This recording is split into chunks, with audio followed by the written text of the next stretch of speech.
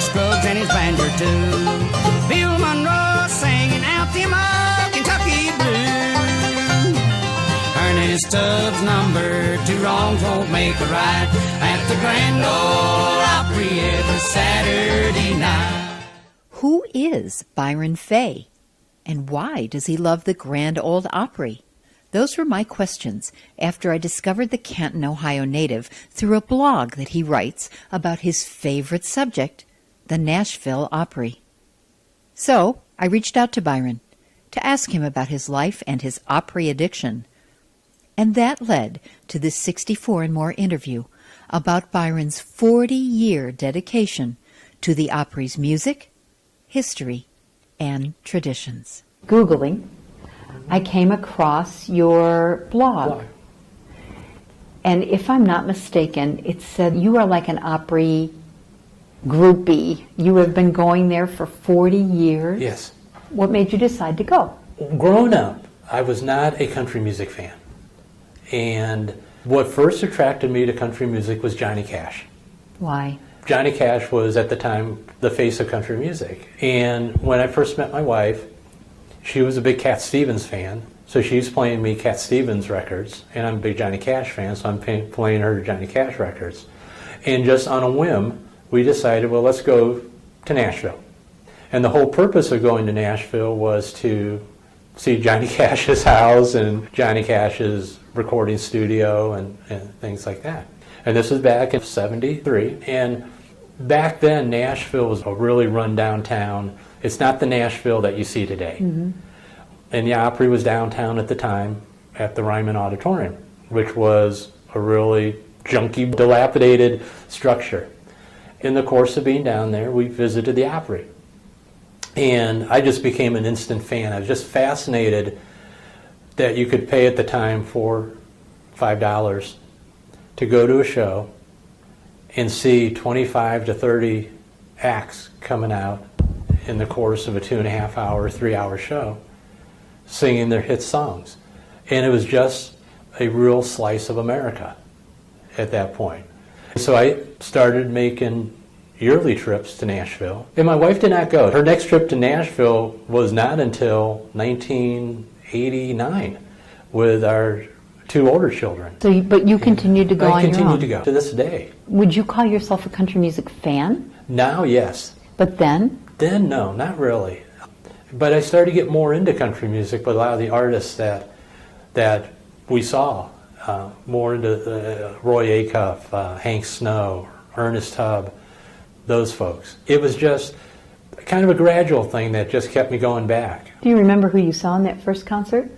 Roy Acuff, Hank Snow, Skeeter Davis, Wilma Lee Cooper, Justin Tubb, Jim Ed Brown, Jack Green, Bill Carlisle, George Hamilton IV. Did you ever get to see Johnny Cash? We saw Johnny Cash probably close to a dozen times. Never at the Opry, though. That was the thing. Do you go down for a specific act, or do you just go and buy a ticket for whatever's going on? In October of every year, they have the birthday celebration. Of the Opry? The Opry. Okay. And they roll out the big cake and usually have a really good lineup. And so every October was the trip. And I haven't missed only one birthday bash since the late 80s. And that birthday bash I missed was because my son was born in September.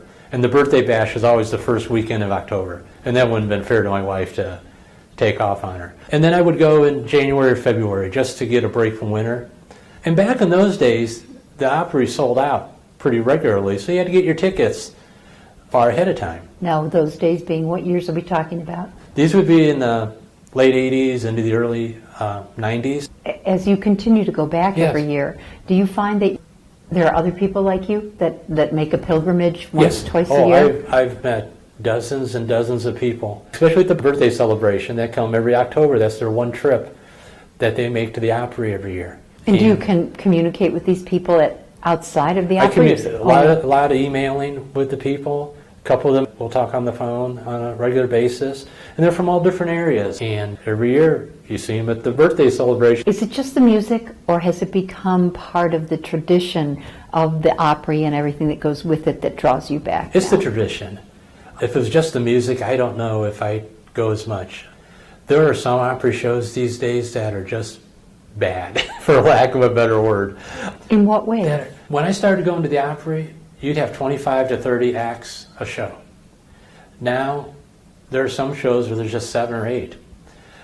There is so much new talent that I've never heard of that are making Opry debuts.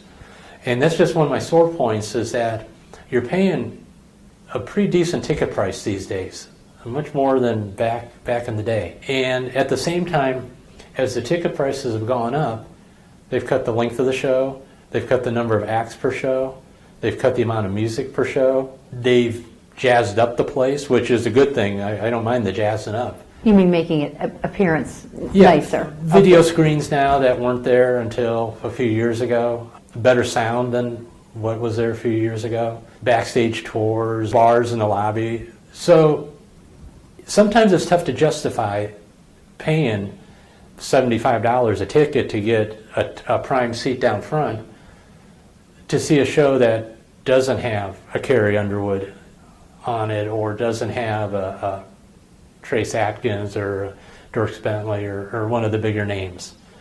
So does this become conversation among people like you that go back all the time? Yes, it's a big point of conversation. And the big point of conversation is the whole Opry membership deal.